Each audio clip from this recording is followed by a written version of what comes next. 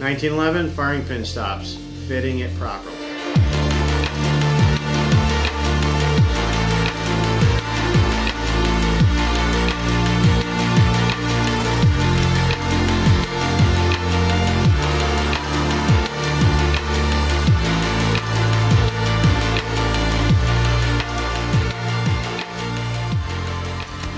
Hi folks, Bob Serva again from Fusion Firearms. Today we're going to get into the firing pin stop. You can use a drop-in, that's not a problem. This is basically running kind of in parallel with the video that we made on extractor clocking. One of the ways of getting away from the extractor clocking and erratic ejection, things of that nature, possibly erratic feeding. In your 1911 is putting in a new firing pin stop and oversize. Now it does take a little bit of work, a little bit of dressing, so it's not just a plug and play type item. Again, we'll show you through the video of what you got to do. This one is the one that we finally fitted, and you can see the different clips through this video of how we've done that. But again, you're going to check, make sure it goes into the extractor groove. Let's make sure, number one, that it's fitting in the groove in the extractor. So a lot of times it won't fit. A few things you want to do is take a small equaling file and clean out the slot here. Make sure there's no burrs or anything, clean out the slot there. And then basically, as long as that's clear, if this doesn't fit when you start, you're probably okay, because as you take a oversized firing pin stop and start grinding it down to fit, you will end up fitting in here also. But ensure that you have no burrs in the actual slot itself in the extractor. Make sure that first.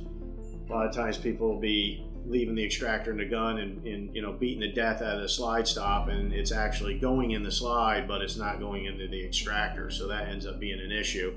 And they're getting a false thought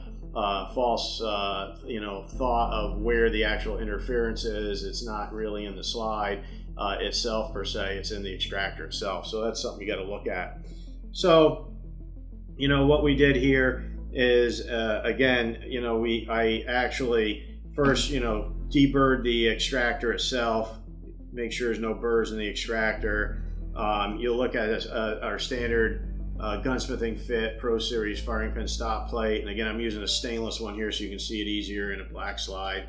You'll notice it doesn't even start. It just basically sticks going into the entrance of the slot for the firing pin stop.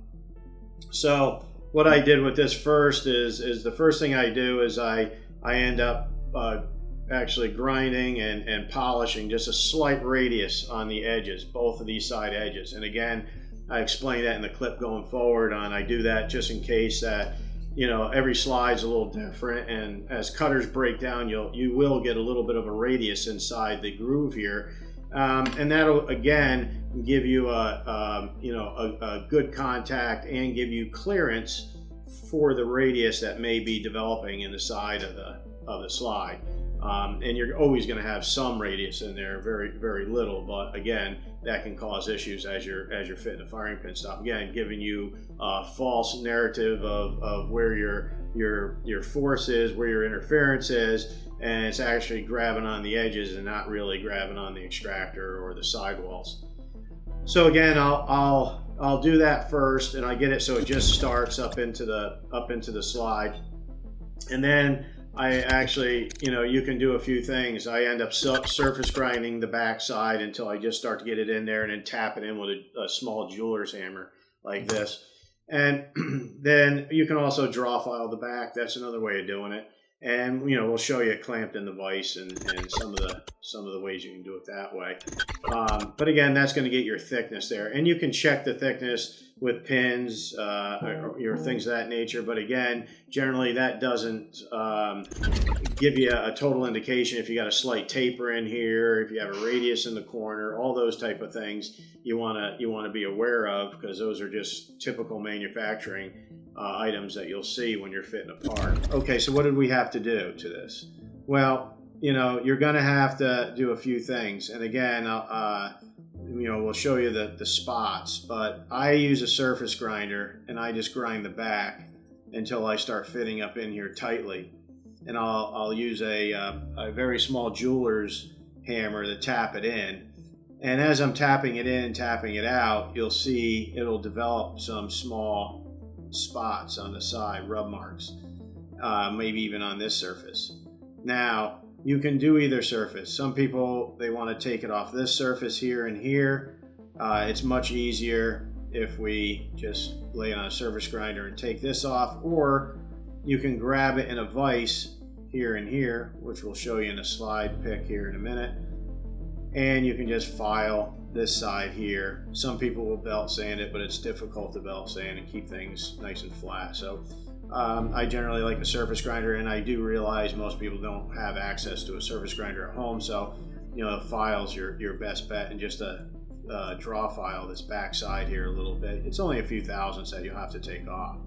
Also on the edges here, this is a little heavy on the sides, and there's a couple of things I do. I usually radius this, and what do I mean radius? We'll take a couple of shots that way, but I'll actually, when I take this, I'll buff a radius on the sides, and that allows also for better, not so much better contact, but easier fitting. And a lot of people will say, well, why do you put a radius on the side? Well, the slot inside of a slide, as the cutter is making, hundreds and thousands of these slides, the cutters wear.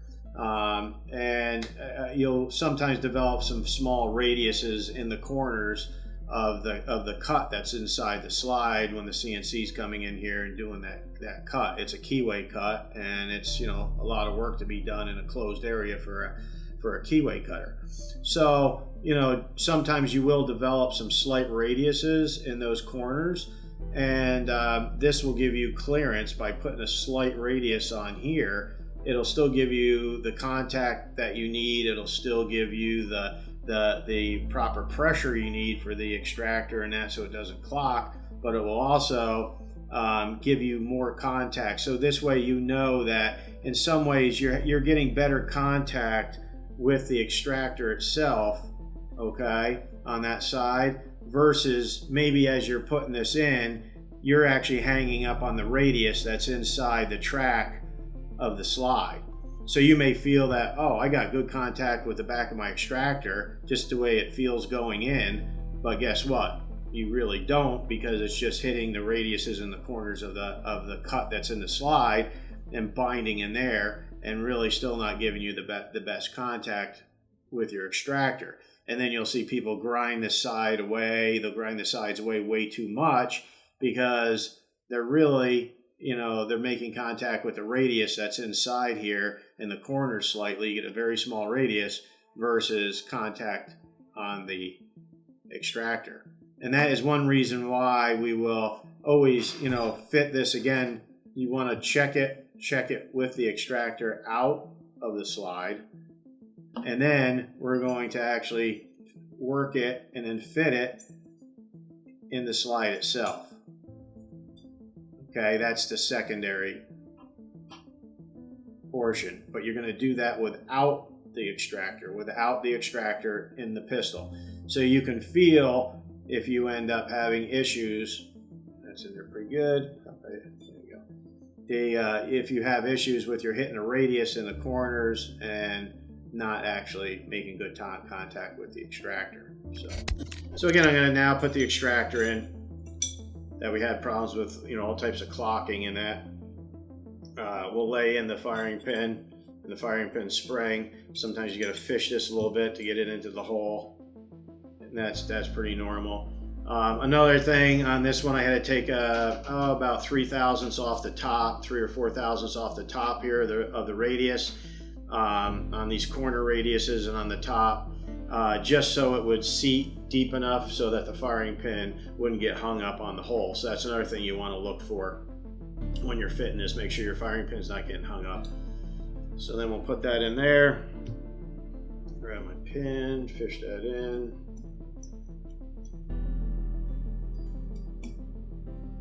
And you'll see I can't really get it in there with finger pressure.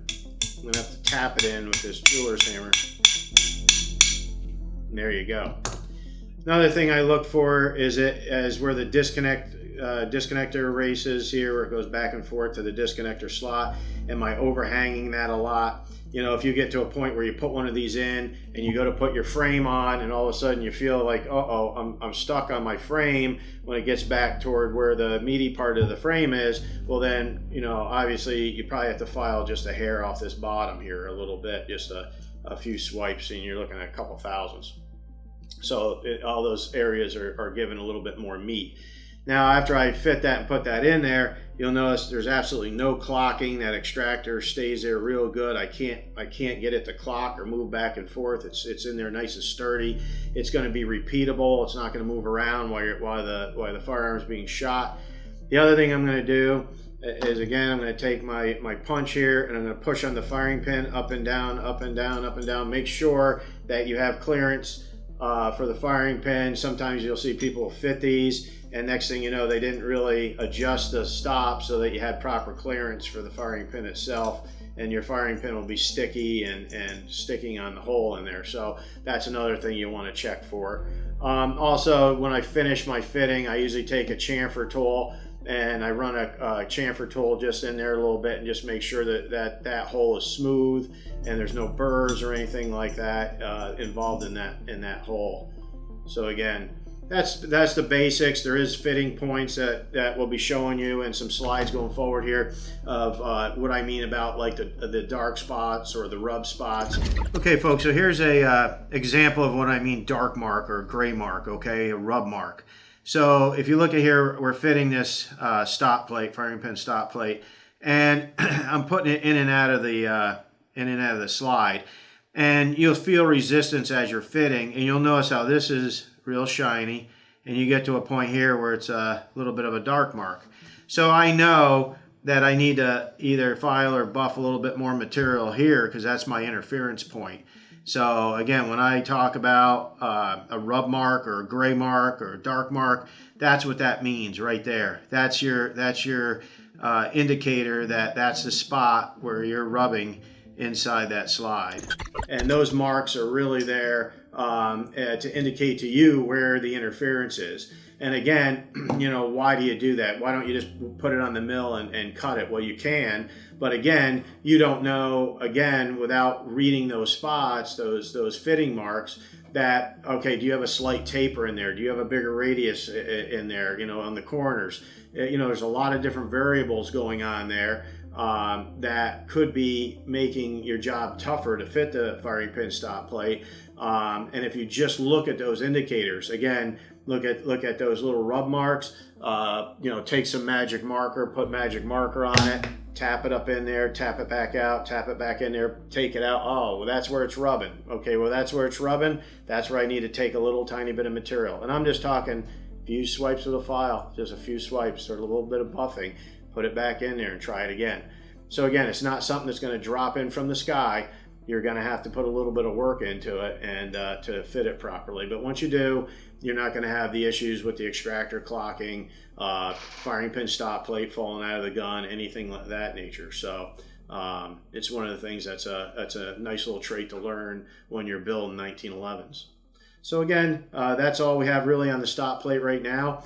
I hope these videos are helping everybody out. It seems to be. We've been getting a lot of beautiful positive mail from you people, and we really appreciate that. We'll keep up with these videos, and thank you very much. Thank you for all the support.